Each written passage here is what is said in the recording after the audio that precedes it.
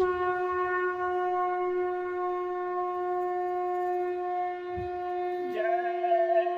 गुरुदेव। जय गुरुदेव।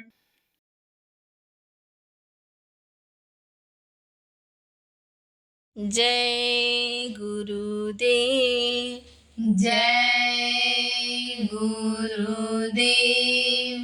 मेरा जीवन सारा बीते तेरा नाम जपते जपते।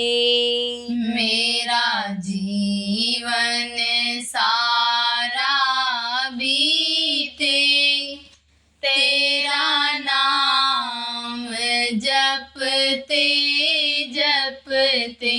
कोई बाधा न आने पाए तेरी राहों में चलते चलते। कोई बाधा न आने पाए तेरी राहों में चलते चलते। तेरी मंजिल मुझे बुलाए तेरी मंजिल मुझे बुलाए। मेरे पाँव डगमगाए मेरे पाँव डगमगाए। तेरे मंजिल तक मैं पहुँचूं तेरा दर्शन करते करते। तेरी मंजिल तक मैं पहुँचूं तेरा दर्शन करते करते। मेरा जीवन सारा बीते तेरा नाम जपते जपते। मेरा जीवन सारा बीते तेरा नाम जपते जपते। मेरी भव सागर में नैया मेरी भव सागर में नैया। जिसका नहीं कोई खेवैया जिसका नहीं कोई खेवैया। मैं भव सागर तरे जाऊं तेरा नाम जपते जपते। मैं भव सागर तर जाऊं तेरा नाम जपते जपते। मेरा जीवन सारा बीते तेरा नाम जपते जपते। मेरा जीवन सारा बीते तेरा नाम जपते जपते। जिस हाल में गुरुवर राखो जिस हाल में गुरुवर राखूं खुश हो कर मैं गुजारूं खुश हो कर मैं गुजारूं। मेरी सांसें पूरी होवे तेरा ध्यान करते करते मेरी सांसें पूरी होए, तेरा ध्यान करते करते मेरा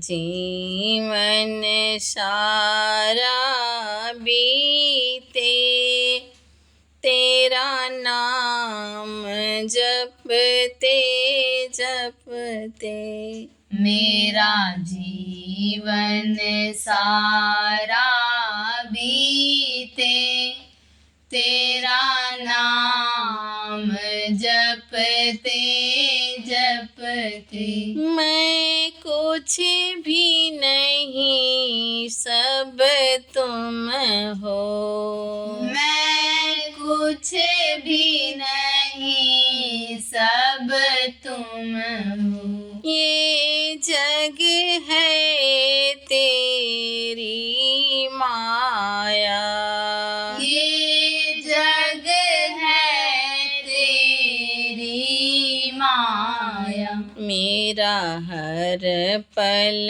जग में बीते, तुम्हें याद करते करते मेरा हर पल जग में बीते, तुम्हें याद करते करते मेरा जीवन सारा बीते, तेरा नाम जपते जपते मेरा जीवन सारा बीते, तेरा नाम जपते जपते कोई बाधा न आने पाए,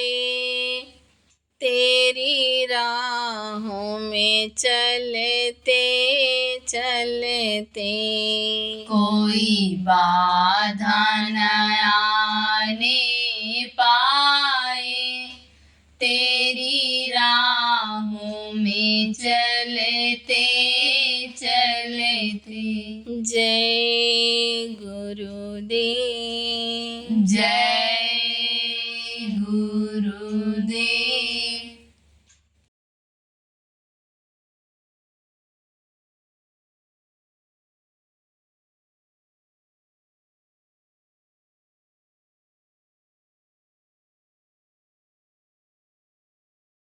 गुरु महाराज जो बोलते थे उसको लोग लिख भी देते थे। पत्रिकाएं उस समय होती थी, पुरानी पत्रिका मिल जाए आपको, पुराना आप ये समझो कि यानी वो किताबें जो निकलती थी मिल जाएं तो उनको आप सुना सकते हो, लोगों को बता सकते हो। सुनने से भी बहुत बदलाव आ जाता।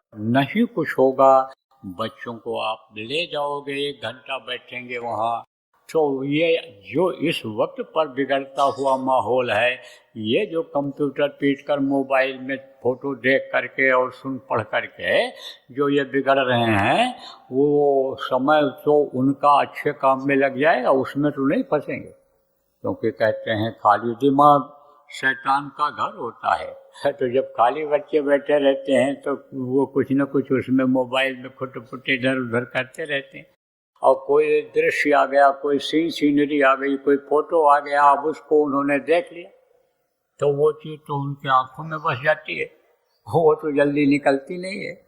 और जब वही चीज़ बराबर याद आती है तो रात को सपने भी वही आ जाते हैं उनको। किसी औरत को देख लिया, लड़की को देख लिया, किसी बाघ को देख लिया, जानवर हाथी घोड़ा को देख लिया, उसमें तो वही उसको दिखाई पड़ता है रात। और फिर वही बच्चे चिल्लाते हैं, रोते हैं, उस पर चल पड़ते हैं। तो संस्कार डालने की बच्चों पर ज़रूरत है। जगह जगह पर आप लोग साप्ताहिक सत्संग चालू कर दो। आज देखो इतवार है, आज बहुत जगह सत्संग होगा, विदेशों में भी करते हैं लोग साप्ताहिक सत्संग। साप्ताहिक सत्संग देश विदेश में सब जगह पर होना चाहिए, उससे बहुत से लोगों को लाभ होगा। ऐसे कोई कहीं जाता है, बाजार जा रहा है, भाई आओ चलो बैठे हो, चलो घूमना, चलो उधर से ऐसे घूमना, उनसे मिले हुए साथ में लेकर चले जाते हैं। इस तरह से भी गाँव में, मोहल्लों में, अपने जहाँ भी आदमी रहता है, कुछ न कुछ व्यवहार बन जाता है। अपने जाति में, बिरादरी में, अपने समाज में जो जहाँ रहता है, कुछ न कुछ व्यवहार अपना बना लेता है, रिश्तेदारियाँ निकल आती हैं। तो उनसे जब कोई कहोगे आप कि भाई हम आपके दुख सुख में शामिल होते हैं, आप हमारे कुल खानदान के हो, जिनको जाति बिरादरी कहते हैं, जिनको पड़ोसी कहते हैं, जिनको आप समझो कि हित मित्र कहते हैं, उस नाते जब हम आपके दुख सुख में शरीक होते हैं तो हमारे सत्संग में भी चले जाते हैं, बैठे रहते हैं। और एक शब्द भी अगर पड़ गया कान में और वो उनके लिए फायदेमंद हो गया, बुद्धि उस समय उनकी सही है, बुद्धि लगा दिया उन्होंने, तो बचत हो जाती है, रक्षा हो जाती है, शरीर की भी रक्षा हो जाती है और कुल खानदान मर्यादा की भी रक्षा हो जाती है। तो राजा थे, तो दोनों में क्या थी? ये 36 का आंकड़ा कहते हैं पढ़े लिखे लोग, इनका 36 का आंकड़ा है। 36 का आंकड़ा समझते हो? एक का मुंह इधर, एक का मुंह उधर, एक तो 63 होता है, दोनों का मुंह इकट्ठा होता है, रहते हैं दो, अंक अक्षर दो है, लेकिन मुंह दोनों के इकट्ठा रहेगा, इसे लिखोगे जब तक। और एक होता है 36, पीठ इकट्ठा रहती है, एक दूसरा मुंह नहीं देखना चाहते हैं, ऐसे दुश्मनी होती है। तो दोनों बड़े दुश्मन थे।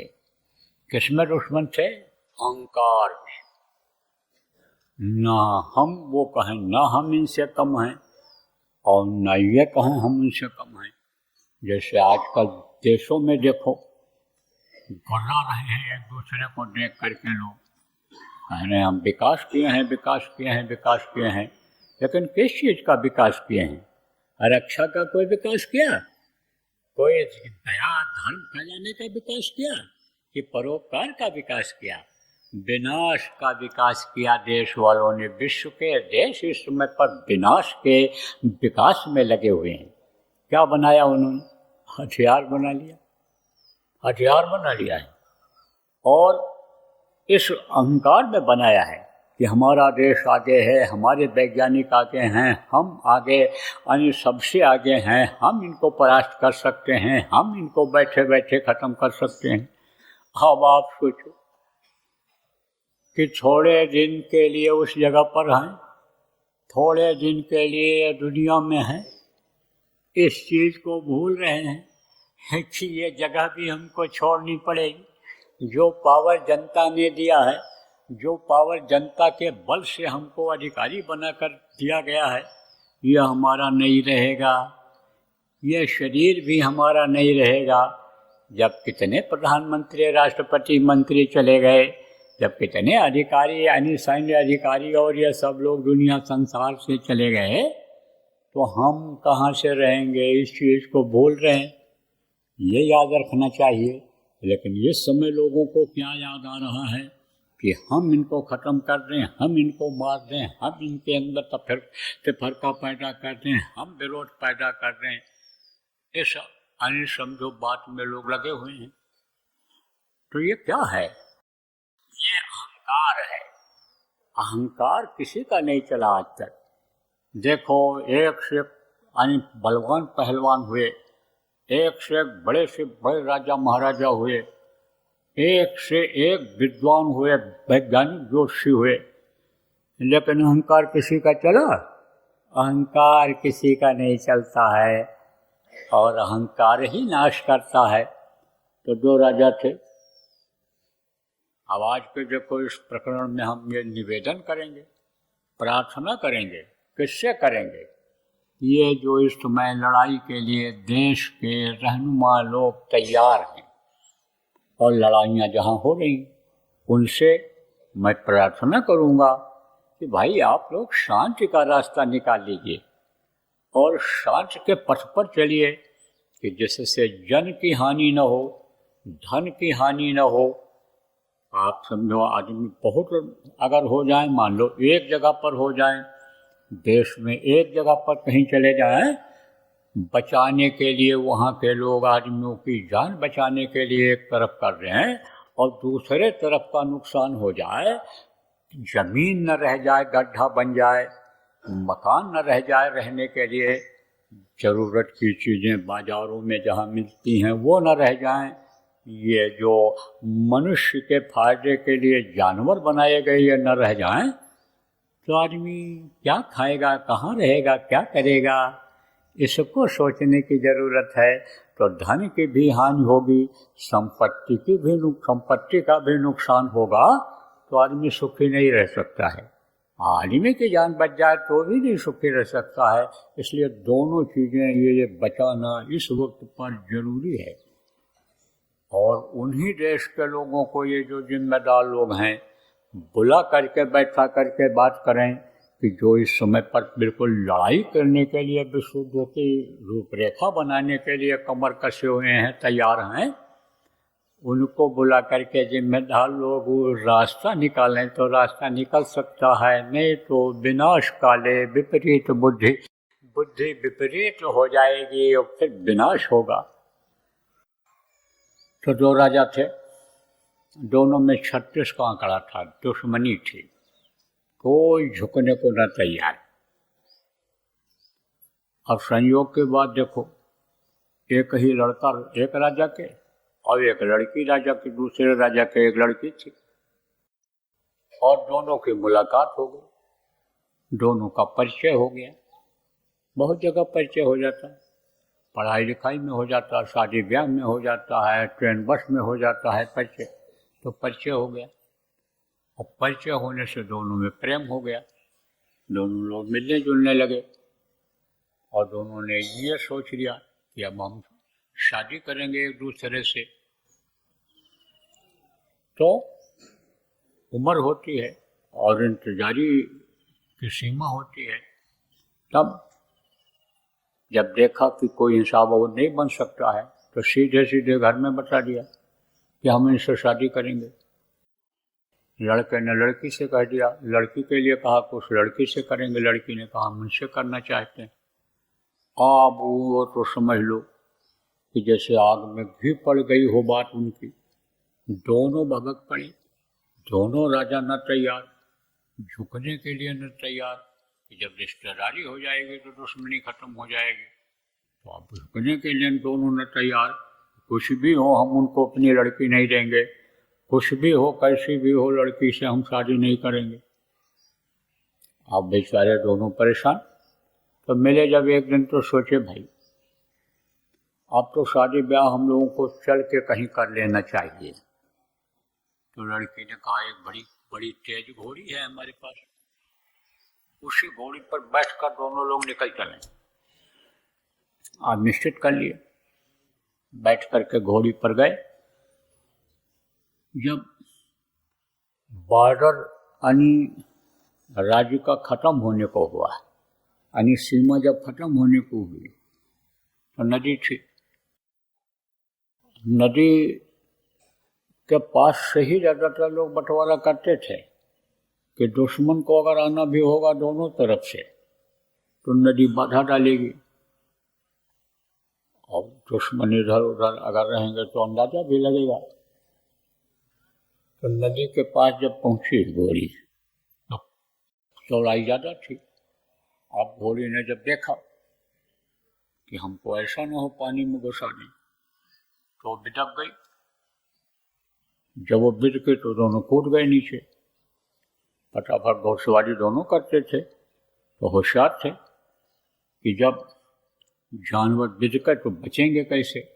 जैसे लड़ाई लड़ते हैं तो लड़ाई में मारने को भी बताते हैं, बचने को भी बताते हैं, उपाय बताते हैं, ट्रेनिंग होती है, सिखाते हैं। ऐसे घोड़सवारी आज भी लोग सीखते हैं कि जान बचाने के लिए कैसे क्या करना रहेगा।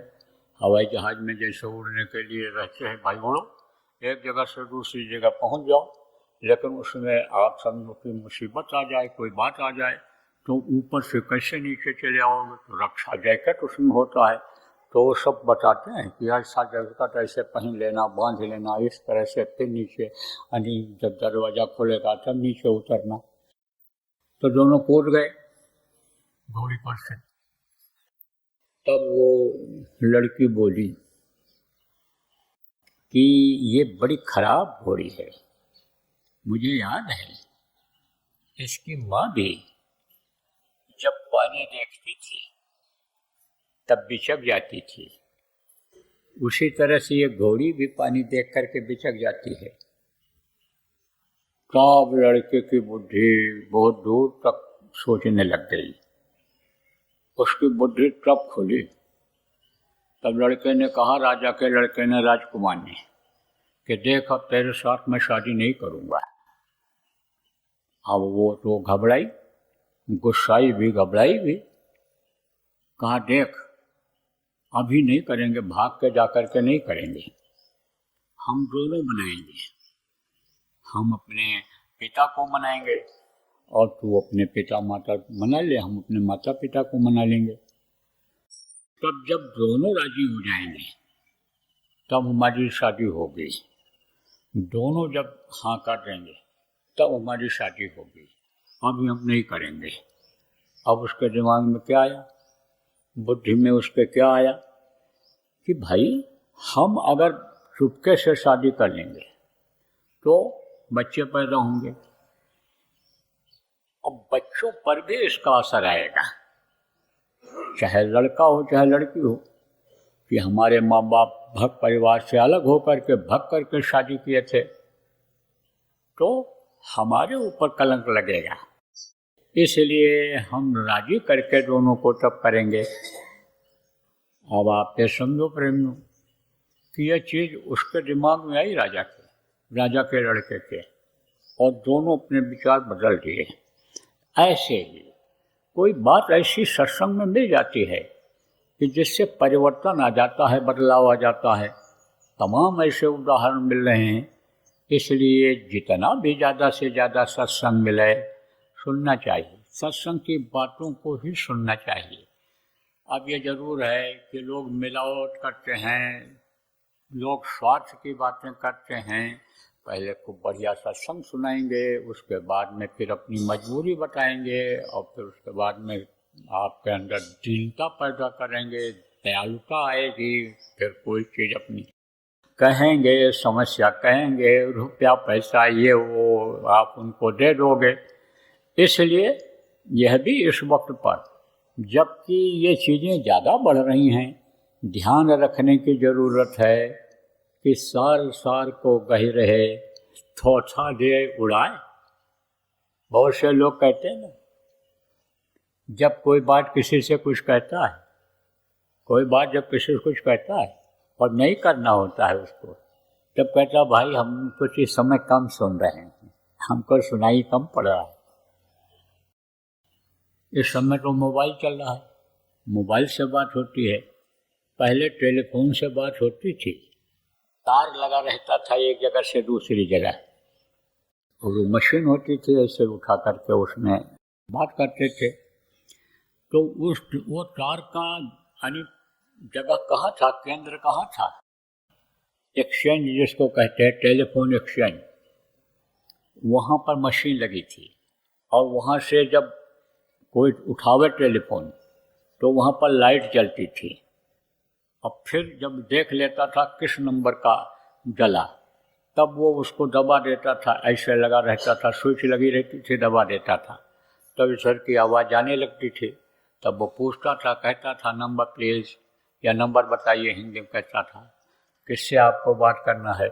तब वो तार निकाल करके सुराख रहता था, उसमें डाल देता था, तो तार जुड़ जाता था। अब अगर उसको बंद कर देगा वो, तो जो एक्सचेंज में बैठा रहता ऑपरेटर जिसको कहते हैं, उसको सुनाई नहीं पड़ता था। और अगर वो अपना उसको बंद न किया, चालू रखा, तो दोनों की बात सुनता रहता है, दोनों की बात। तो एक सेठ ने दूसरे सेठ को टेलीफोन किया, नंबर मांगा, दे दिया, उसका पैसा बाकी था। वो जब पैसा बाकी था तब आप ये समझो कि ऐसे लगाया, कहा हेलो हेलो सेठ जी, हाँ हाँ राम राम राम राम बोले, अपनी भाषा में। बोले भाई हमारा पैसा जो बाकी है, ज़्यादा दिन हो गया, आप दे दीजिए, अब हमको ज़रूरत है ना। अब वो जिसको नहीं देना था वो कह रहा है hello hello hello hello hello, अरे हेलो आवाज़ नहीं आ रही है, आवाज़ नहीं आ रही है।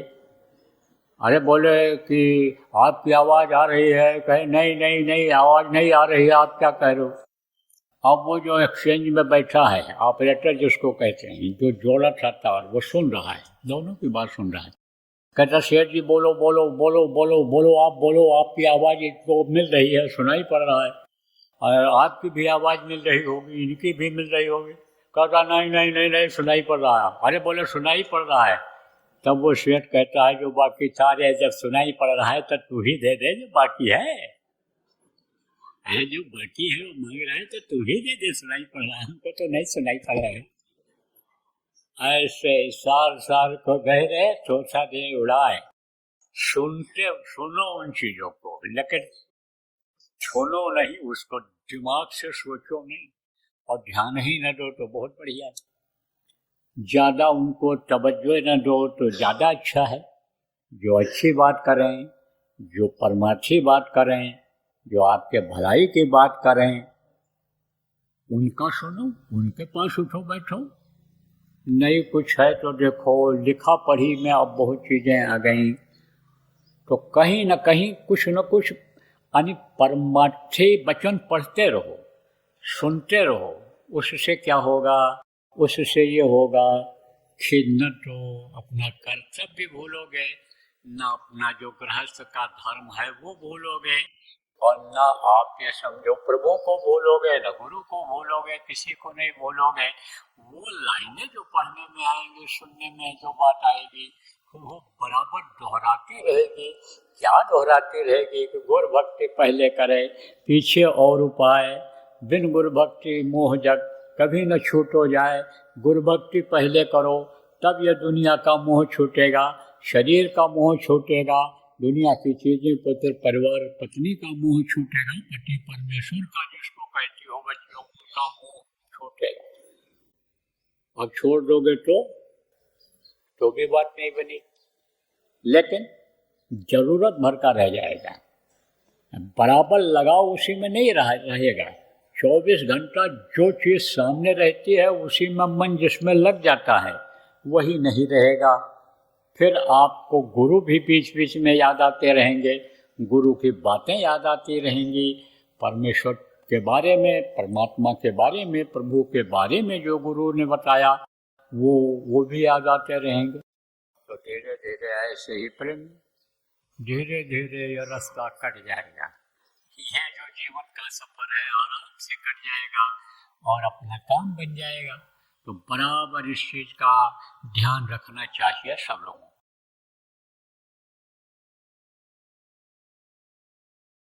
योजना जो भी बनाए हो इसको लागू करो, इसको बढ़ाओ, और एक धार्मिक वातावरण तैयार कर दो, आध्यात्मिक वातावरण तैयार कर दो, शाकाहारी नशा मुक्त बना दो लोगों को, आप समझो चरित्रवान लोगों को बना दो। जब ऐसा समाज बन जाएगा तब समझो कि कलयुग पर आपको विजय मिल जाएगी। तब काल माया कुछ नहीं कर पाएगा।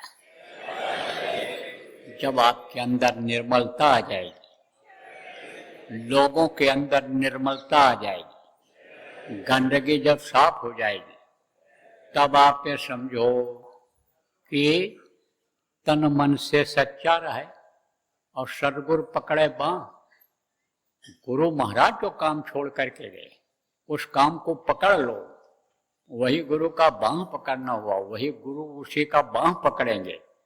जय गुरुदेव।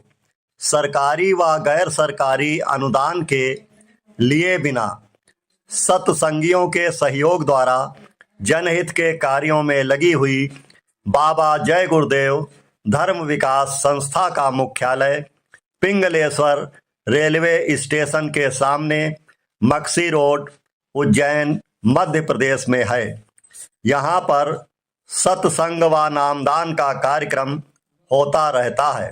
अतः आप श्रोताओं से अनुरोध है कि बाबा उमाकांत जी महाराज के आश्रम उज्जैन एक बार परिवार सहित जरूर पधारिएगा। आपके सुझाव के लिए व्हाट्सएप नंबर 9575600700। जय गुरुदेव।